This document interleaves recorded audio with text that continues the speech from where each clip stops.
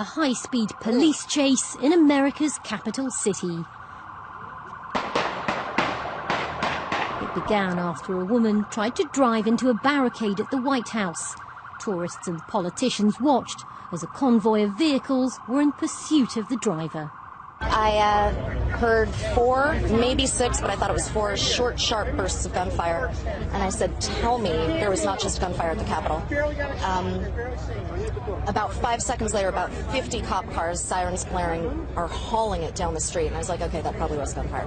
We were up on the hill on this side of the Capitol, and we saw a black sedan come in. It looked like it probably had gone through some of the barricades. A number of police cars were chasing it. They had it stopped, surrounded it with their guns drawn, were asking to get out. At that point, he backed up into a police sedan, crashed into it, and sped off again. And then all the police took off after him. Went around to the backside. We heard some sort of a bang, so I assume that was a crash.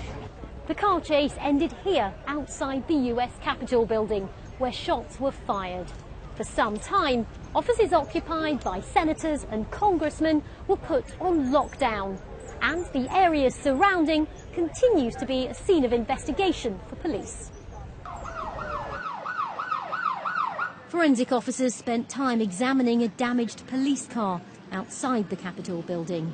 They said the suspect had been pronounced dead after her car had been struck by gunfire. A 1-year-old child who was travelling with her has been taken into protective custody.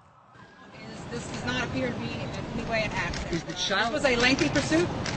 There were multiple vehicles that were rammed. There were officers that were struck, and 2 security perimeters that were attempted to be breached. So it does not appear in any way this is an accident. Is the child related to the deceased?